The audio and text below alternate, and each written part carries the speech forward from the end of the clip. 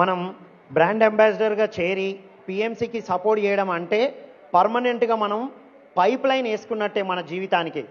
ఎలా పైప్ లైనో ఒక్క నిమిషంలో మా అనుభవం చెప్తాము. బ్రాండ్ అంబాసిడర్గా చేరిన తర్వాత దీనికి వర్క్ చేస్తున్నప్పుడు జస్ట్ కొంతమంది అచీవర్స్ అయిన వెంటనే మనం కొంత ఇచ్చాము, మిగతా వాళ్ళ ద్వారా ఇప్పించాం. ఒక 60 ఇయర్స్ నుండి మా పూర్వీకులది ప్రాపర్టీ సెటిల్ అవ్వట్లేదు, జాయింట్ ప్రాపర్టీ.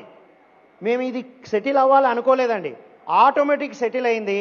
మాకు అద్భుతంగా మనీ వచ్చేసాయి.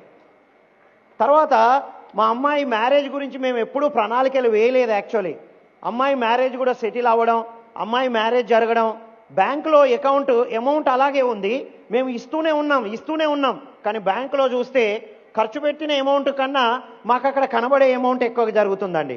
ఇన్ని మిరాకిల్స్ జరుగుతాయి, నిజం. అదే ట్రస్ట్ అంటే, పిఎంసి ట్రస్ట్ అంటున్నాం.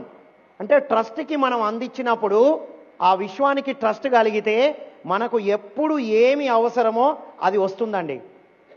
అంటే ఎప్పుడు ఎక్కడ ఏది అవసరమో అది ఇస్తే మనకెప్పుడు ఏది అవసరమో అది వస్తుంది అనడానికి మేమే నిదర్శనం. సో అందరికీ ఈ భాగ్యం దక్కాలని కోరుకుంటూ మనందరం భాగ్యవంతులం. Thank you one and all. గట్టిగా చప్పట్లతో మనం మెడిటేషన్కి సిద్ధమవుదాం.